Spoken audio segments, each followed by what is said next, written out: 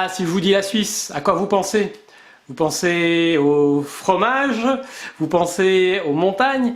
Eh bien, en fait, exactement. Avec Yann, on est allé se manger d'ailleurs une belle fondue suisse juste après notre étude de cas.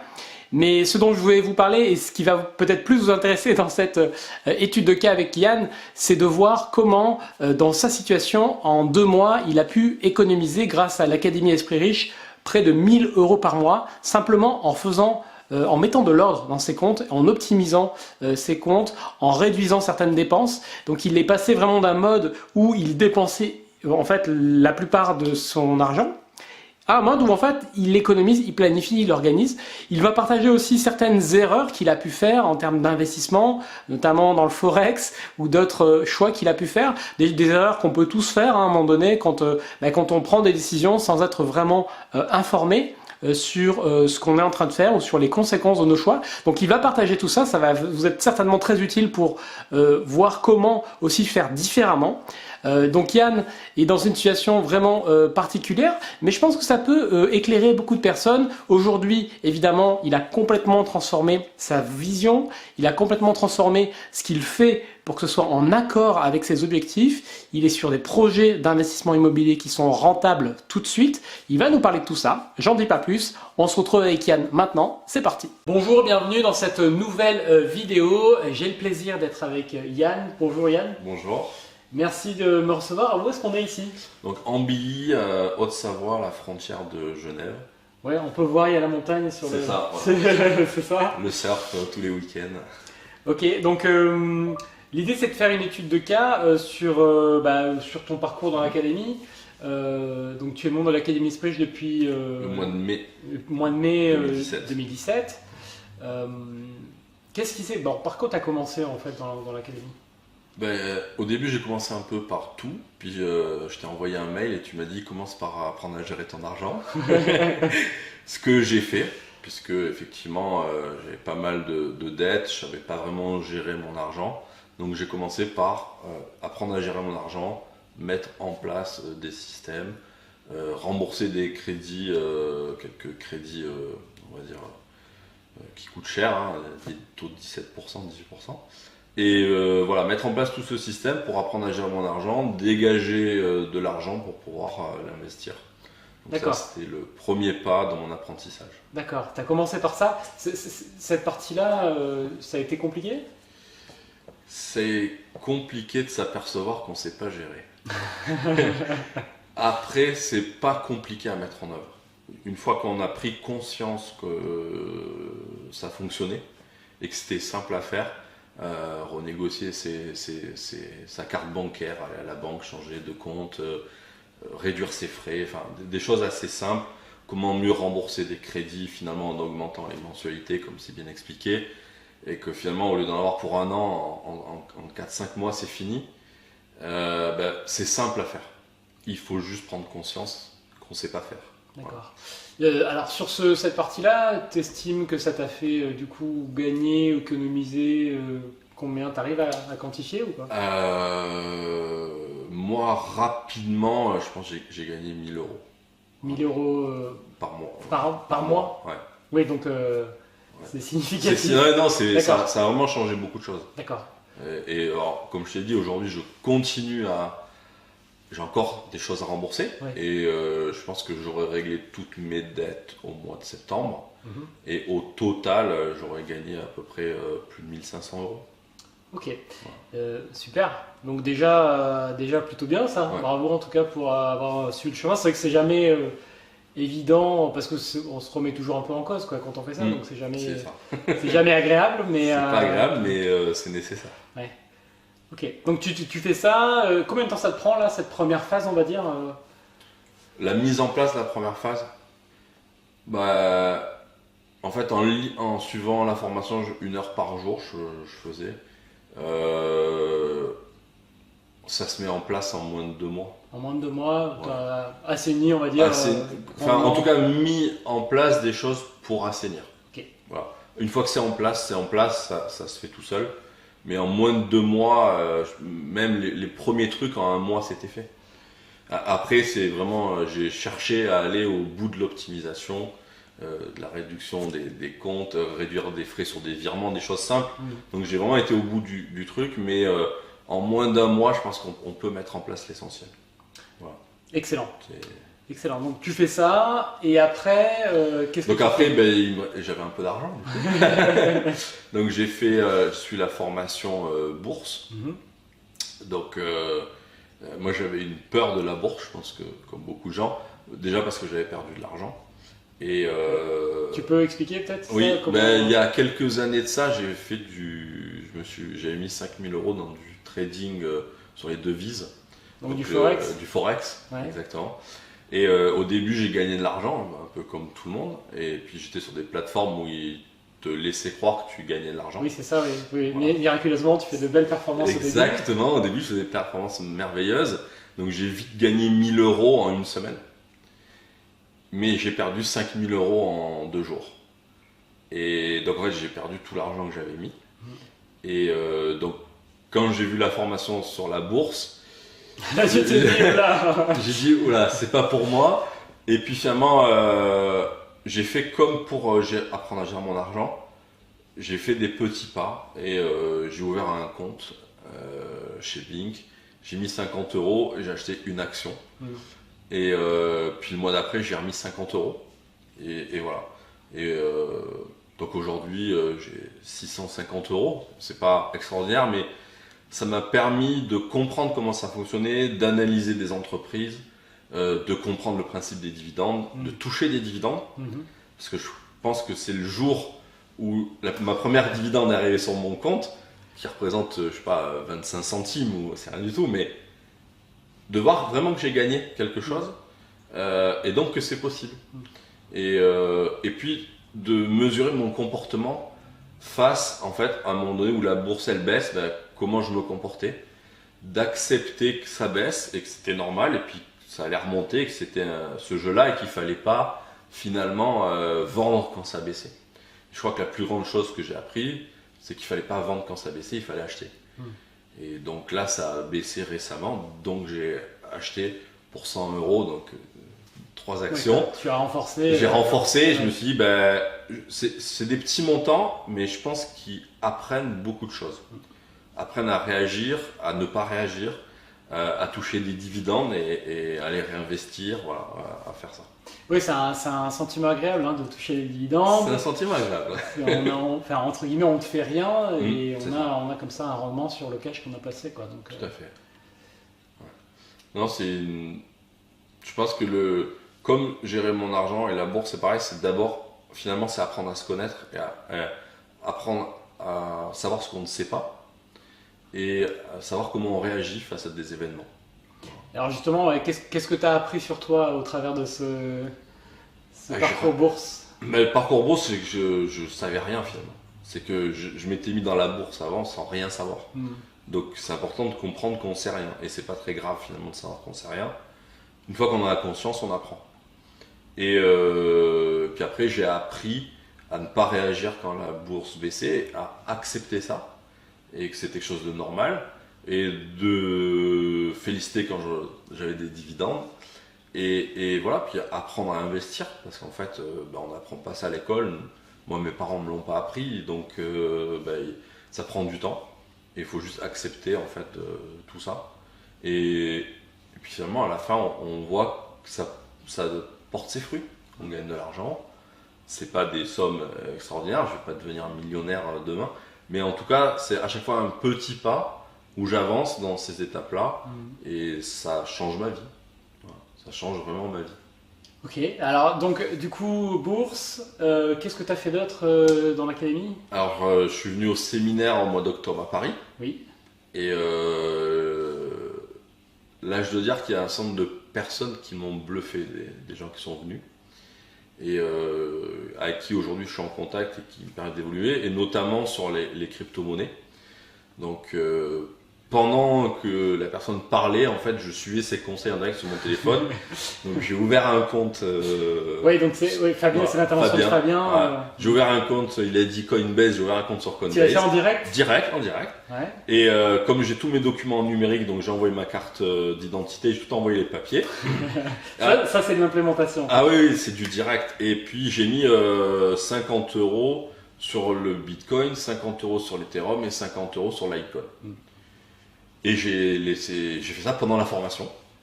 Et le lendemain, j'avais déjà gagné de l'argent. Et puis j'ai remis 50 € au mois de novembre. Et au final, donc j'avais 200 €. Et j'ai revendu en décembre parce que j'avais besoin d'argent pour les fêtes de Noël. Et j'ai vendu 750 €.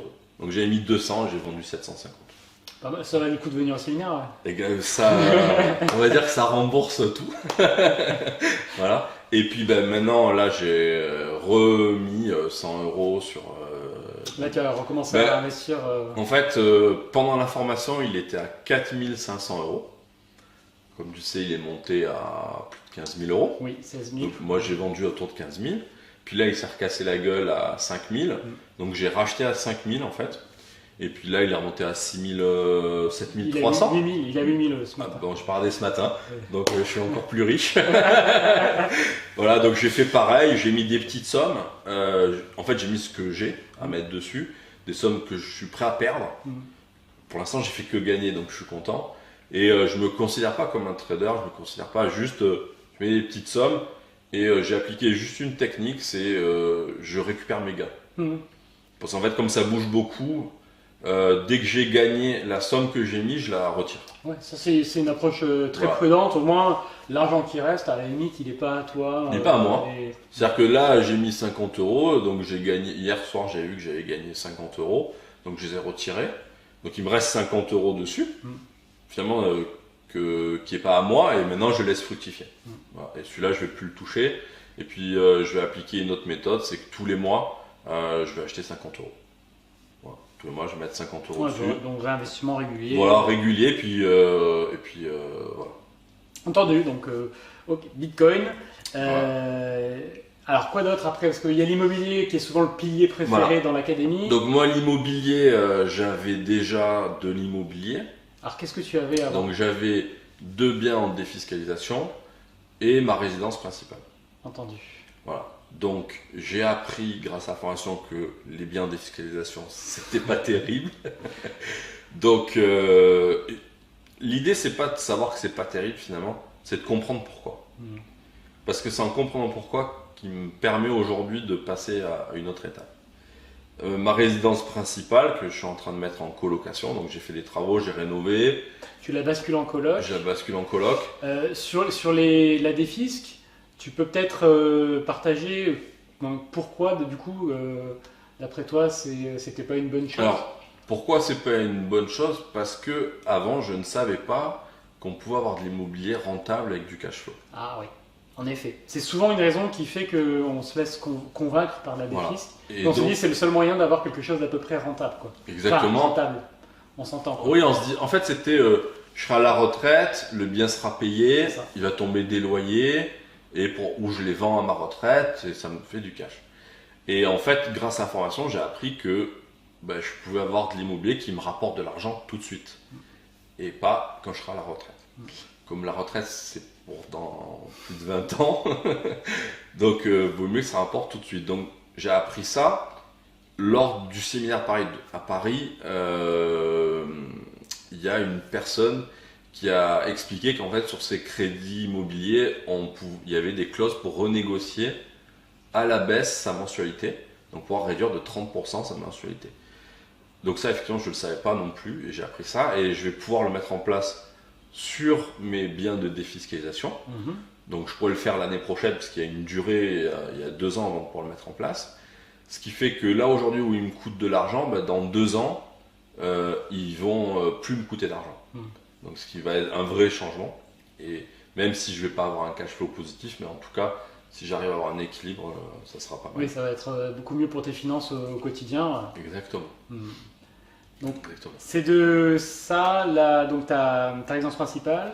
Ma résidence principale, donc, qui était avant, je vivais à Marseille avant de venir ici travailler en Suisse. Et donc, au départ, je voulais la garder comme résidence de vacances. Puis on s'aperçoit vite que ça coûte de l'argent. Et puis que finalement, on n'y va pas. Et en fait, j'ai décidé de la mettre en colocation. Donc j'ai fait des travaux, on a tout rénové. Essayer de mettre un standing un peu plus élevé que ce qui se fait aux alentours. Et là, j'ai mis des annonces en colocation, j'ai des réponses, donc elles devraient démarrer en mars.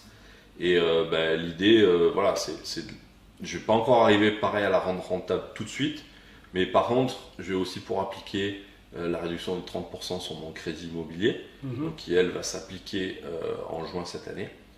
Et là, du coup, je vais pouvoir arriver à passer à un équilibre, donc ça ne me coûte plus rien, ça se rembourse, et puis on va dire, au fur et à mesure des années, à un moment donné, je vais pouvoir peut-être renégocier mon crédit, réaugmenter le prix de la colocation, puis ça passera en cash flow positif. D'accord, donc tu dis que ça sera tout juste rentable. J'imagine que c'est parce que la résidence principale, souvent, on la paye un peu plus cher. On ne l'achète pas comme un projet d'investissement. Pareil, hein, quand je l'ai acheté, je ne savais pas. Ça fait combien de temps que tu l'as? Je l'ai acheté en 2011. D'accord, donc ça fait déjà 7 ans que tu l'as. Ouais. Et à l'époque, le crédit, c'était 3,40%. Oui. Donc je l'ai renégocié quand ça a baissé à 2,20. On va dire, si on regarde aujourd'hui, c'est pas encore top, puisqu'on a des crédits à 1,50. Puis voilà, après j'ai fait plein d'erreurs. Comme je dis, quand j'ai renégocié mon crédit, j'ai diminué la durée de remboursement. Ah oui, dommage. Voilà, dommage. Dommage, du coup ça a augmenté ta mensualité. Du coup ça a augmenté la mensualité. Et oui, et du coup au quotidien, ça réduit ton cash flow. Ça réduit mon cash flow, ce qui fait qu'il n'y en a pas. C'est toujours ça le dilemme, ouais. D'accord. Donc maintenant il faut que j'ai une autre approche, c'est dès que je vais pouvoir renégocier ou faire racheter mon crédit, je vais racheter sur 20 ans, là il me reste 15 ans, je vais reprolonger la durée pour réduire la mensualité. Et du coup, je passerai en cash flow positif. Voilà. Mais déjà, rien qu'avec la réduction des 30%, je devrais être à un cash flow de 50 €. Donc, ce qui sera mieux qu'aujourd'hui, ça me coûte de l'argent. D'accord, donc tu avais ces 3 projets, du coup, et là, tu es en train de faire des démarches pour les ramener, on va dire, à un équilibre le plus possible. Voilà. On va dire, tout l'ensemble de la formation Académie Esprit Riche m'a fait comprendre qu'il fallait que j'avais pas pris les bonnes voies, mais que j'avais des solutions. Et donc aujourd'hui, je suis dans une étape de redistribution de l'argent finalement que j'ai pour l'optimiser au maximum avant d'arriver à passer à l'étape d'après, c'est acheter des biens qui rapportent de l'argent. Justement, pourquoi tu fais tout ça? C'était quoi ton rêve avant de rejoindre l'académie? Alors, un rêve simple, c'était de passer du temps avec mes enfants. Avant, je travaillais énormément et j'ai pas vu mes enfants grandir. Et donc, un jour, je me suis dit, maintenant, je veux être là quand ils ont du temps. Donc, sortie de l'école, 4 heures pour aller les chercher, avoir du temps avec eux, pas courir, pas être pressé, voilà. Donc, mon objectif là, c'est d'arriver à tout mettre en œuvre pour pouvoir être avec eux. Donc, ce qui va impliquer de changer de travail. Donc, j'ai déjà changé de travail pour améliorer ma qualité de vie. Et l'étape d'après, c'est cet objectif, être avec eux, quoi. Ok. Donc ça, c'est ton objectif. Côté investissement, qu'est-ce que tu vas faire après? Donc là, j'ai signé 2 compromis sur des biens, donc au travers d'une SCI pour des biens rentables. Tu as signé 2 compromis pour des biens rentables. Pour des biens rentables. Donc c'est-à-dire c'est 7% net. 7% net payé, net. C'est bien. Donc des cash flows positifs, un avec 150 € de cash flow, l'autre 250 € de cash flow. Des petits investissements, donc 115 000 € et 140 000 €. Voilà. Ça va être la première fois où j'ai des investissements rentables, ce qui sera bien. Donc là, je me bats avec les banques pour faire les dossiers, avoir les prêts, donc ce qui est un nouvel apprentissage pour gérer tout ça, qui est, à mon sens, aujourd'hui la partie la plus difficile. Ouais. Voilà. Et l'étape d'après, je veux créer des revenus passifs pour pouvoir quitter mon travail. D'accord. Et créer mon entreprise d'accompagnement en immobilier.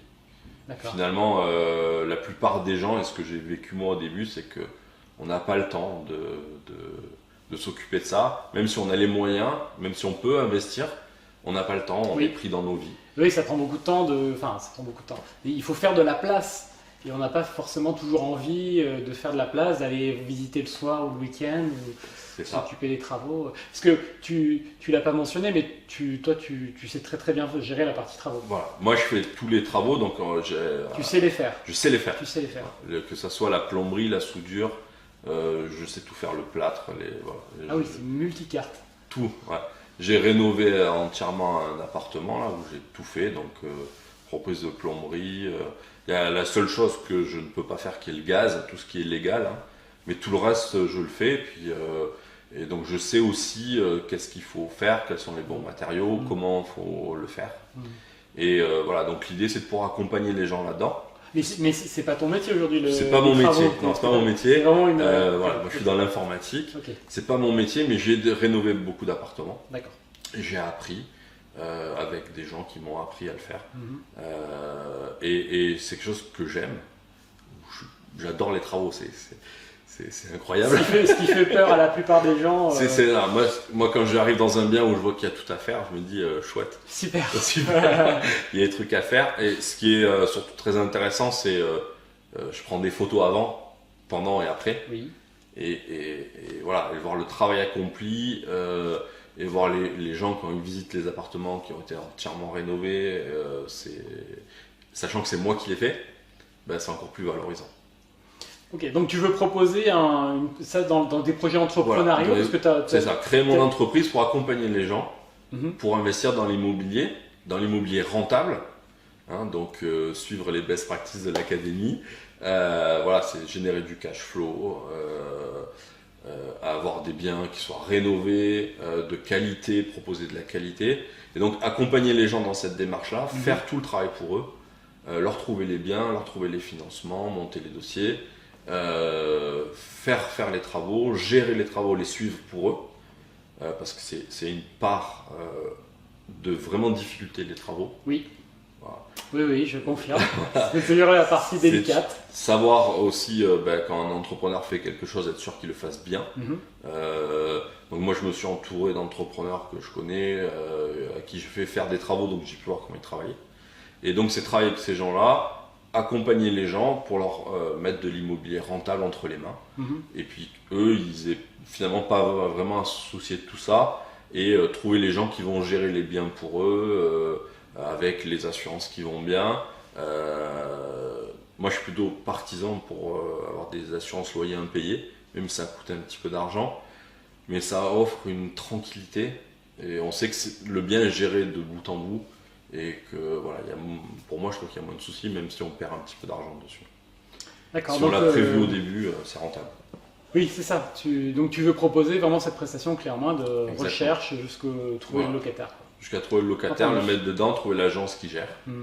Et mettre tout ce qu'il faut en place et puis donc c'est pas encore ça c'est pas encore d'actualité. Parce que je pense que ça peut intéresser la personne qui nous regarde. C'est pas encore d'actualité.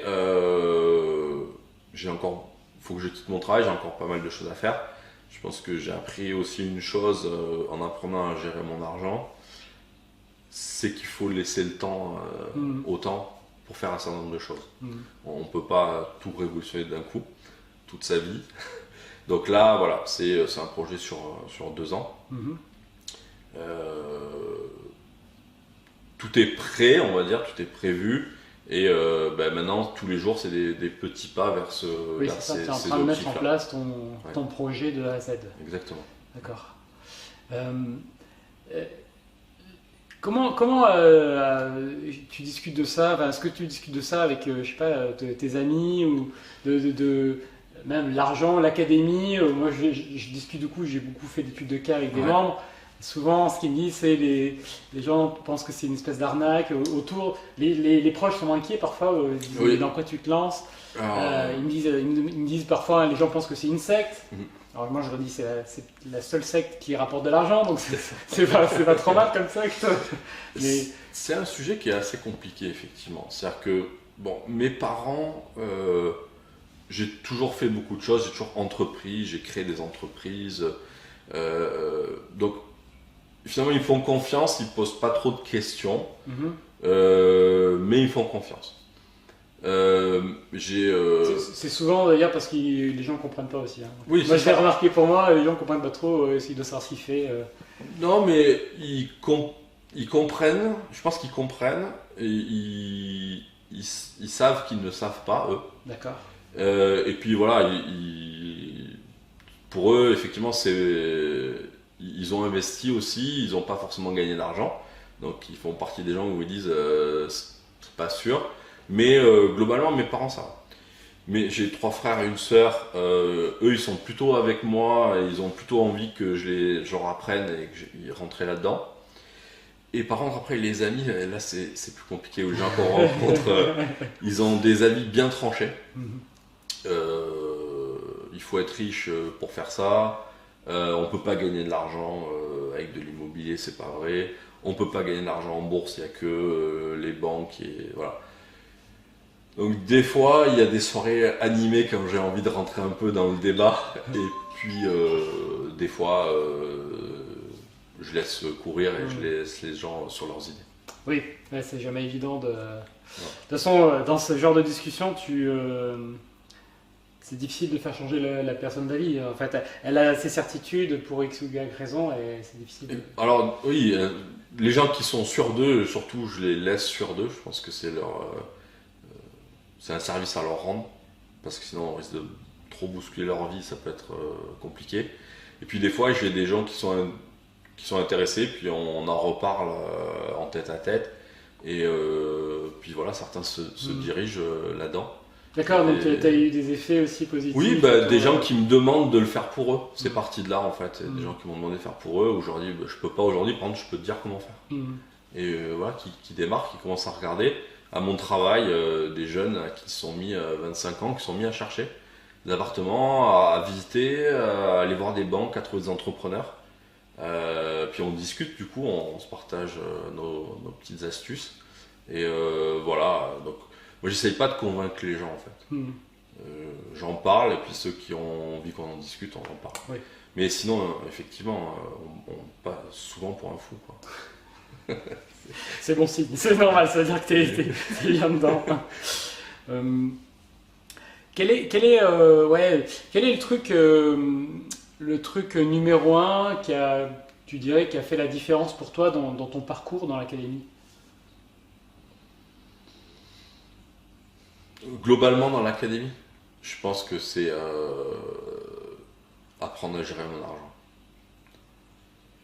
Ça a été le plus important, mais le déclencheur de ça, c'est de comprendre qu'on pouvait gagner de l'argent dans l'immobilier, qu'on pouvait avoir du cash flow. En fait, je crois que c'est le jour où j'ai compris le principe de cash flow que tout a basculé.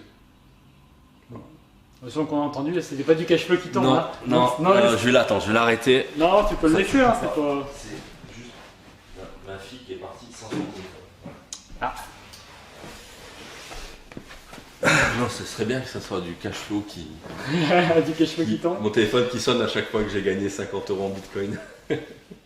Ça peut le faire, mais après, au bout d'un moment, t'es obligé de le couper. Hein. Ouais, Ça sonne trop. ça sonne trop.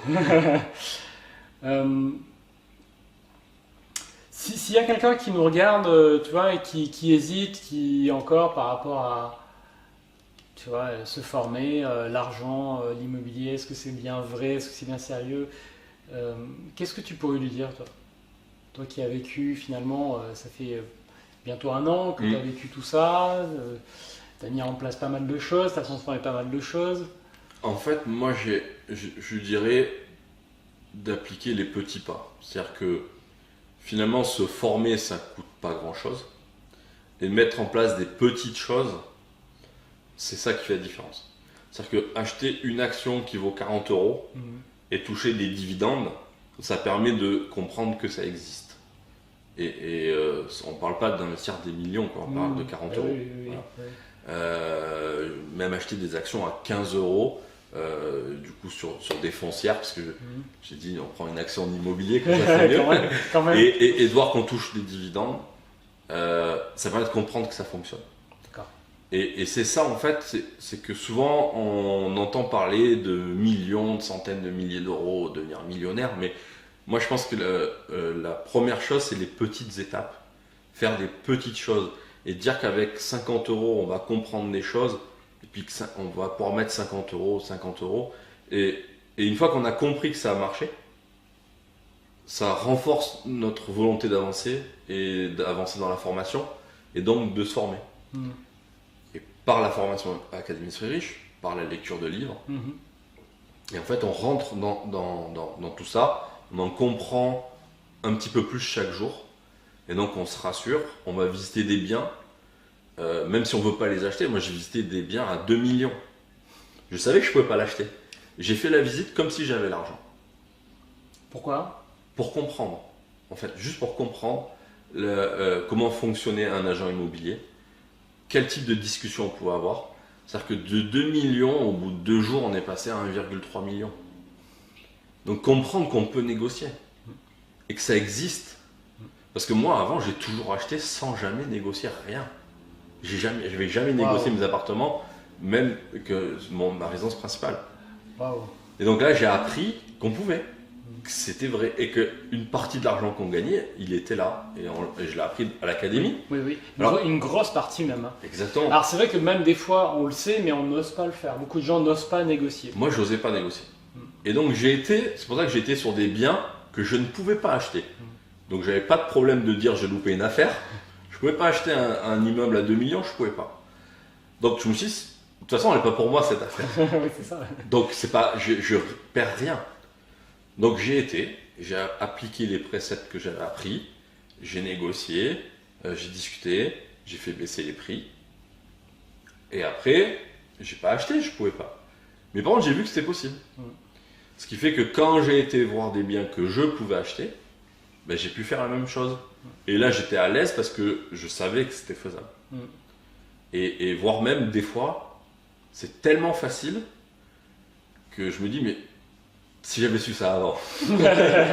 et c'est ça en fait, c'est apprendre en fait. Et se dire que tous les jours on peut apprendre des choses, mais c'est faire des petits pas. Ouais, donc tu es un adepte de la mise en pratique régulière, quotidienne, des petites choses. Voilà. Aller visiter des biens alors que je peux pas les acheter, même si je sais là que je peux pas, je continue à visiter des biens pour me faire l'œil, pour essayer de trouver la bonne affaire, pour rencontrer des agences immobilières, discuter avec eux. Des fois ils vous proposent des projets qu'ils n'affichent pas, mais voilà, et en fait c'est pour apprendre. Donc j'apprends au travers de l'académie, mais en pratiquant, et en fait tout ce qui est appris dans l'académie je le mets en pratique. Et des fois il y a des choses qu'on ne peut pas faire, comme acheter un bien à 1 million, ben, je le fais quand même, je ne l'achète pas, mais je fais toute la démarche. Monter le dossier à la banque, demander au banquier de me prêter 1 million. Bon, ça marche pas. Mais en tout cas, ça permet de voir tout le travail qu'il faut faire et d'apprendre. Et en fait, plus on le fait, et plus ça devient facile. Oui, donc excellent conseil, effectivement, d'appliquer tout le temps, appliquer. C'est là qu'on crée de la valeur, qu'on matérialise ce qu'on a appris et que on en tire des bénéfices, quoi. Exactement. Parce que soit une leçon, soit du cash. Ben, d'abord, je pense qu'il faut commencer par une leçon. Et puis après, je pense que le cash, c'est juste... Au début, le cash, c'est une cible, c'était un objectif. En fait, après, ça devient normal. Oui. Et je pense là, je suis dans l'étape où ça commence à devenir normal. Et voilà. Et c'est ça qui est intéressant, changer de mindset. Ça permet de se remettre en question, et puis de voir que c'est facile, en fait. Il y a des difficultés, mais... ça ne met pas notre vie en danger. Et c'est de faire la part des choses dans tout ça. Puis voir quand il y a de l'argent qui tombe sur le compte, c'est un plaisir. Même si c'est des toutes petites sommes, c'est quand même plaisir. Oui, oui, surtout au départ c'est des petites et puis ça peut assez rapidement devenir des sommes significatives, voire importantes, quoi. Donc, ouais. Donc là, c'est ce qui est vraiment intéressant dans cette étude de cas avec toi, c'est que on voit le changement de trajectoire en fait que tu as pris avec ta situation au départ où bah, dans tes finances c'était voilà, Catastrophique.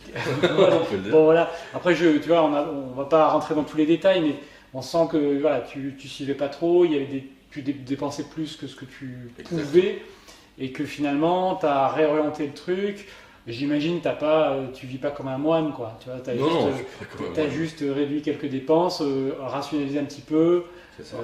payé ce qui coûtait trop cher en termes de crédit, et puis finalement tu te retrouves dans une posture où là tu peux aller, tu as du cash personnel, tu vas pouvoir aller sur des projets rentables, tu sais faire maintenant des projets rentables, Exactement. et avec l'objectif voilà, de te libérer du temps, puis d'avoir un projet entrepreneurial qui soit adapté à ton objectif. Donc je trouve que c'est une belle trajectoire, et ce que j'aime bien c'est que voilà, on voit que c'est pas magique, quoi. Non, il n'y a pas de magie. C'est pas parce que j'ai regardé 3 vidéos que ça va se faire. Voilà, tu es en train le gouvernail, là, tu tournes. T'as mis, tu disais, voilà, 2 mois là pour corriger le premier tir, après le premier projet, après voilà, le lancement du projet entrepreneurial, et puis voilà, dans 2 ans peut-être, C'est ça. boum, tu auras complètement à terminer ton virage, quoi. Exactement. Et puis finalement, on se dit 2 ans sur 60 ans de vie. Bah oui, c'est quoi? C'est pas grand chose. Puis c'est quoi l'alternative? C'est de continuer dans la direction d'origine, enfin, tu vois, c'est... Non, mais c'est ça. Hein. Et puis, c'est les premiers petits pas qui sont importants. Parce qu'après, je pense que ça va vite. On parle de 2 ans, mais en fait, quand on est dedans, Oui. moi je vois en 6 mois, ce que j'ai fait en 6 mois, et je ne l'ai pas fait en 15 ans avant. Mais le fait de démarrer, je sais que les 2 ans qui vont venir, ça va être du pur bonheur, et je sais que ça va aller très vite. Parce qu'en fait, il y a tout le temps des petites choses qui arrivent, et on apprend, on avance, et ça avance. Et ça va vite. C'est juste les tout premiers petits pas à faire qu'il faut faire, et après ça va vite. Et j'espère qu'on aura l'occasion de se revoir pour voir la suite. Ben, j'espère bien. De toute façon que voilà, voir tes résultats, voir l'évolution et les projets que tu mets en place. Oui. Mais c'est un vrai changement de vie. C'est un vrai changement de vie qui est intéressant. Qui est intéressant, qui ouvre d'autres opportunités, d'autres visions de voir les choses. Et voilà, moi je veux pas m'arrêter de travailler. Mais voilà, de pouvoir se dire je vais pouvoir créer une entreprise pour accompagner des gens comme je le souhaite moi, avoir du temps pour mes enfants, parce que du coup c'est moi qui vais gérer mon temps, et ça c'est intéressant. Ça c'est très intéressant. Entendu. Merci beaucoup Yann pour ton partage. Merci Michael. Et puis on se reverra, de toute façon on restera en contact, et je verrai bien Voilà, à quelle vitesse tu vas faire tout ça, et je suis sûr que tu auras de magnifiques résultats, quoi.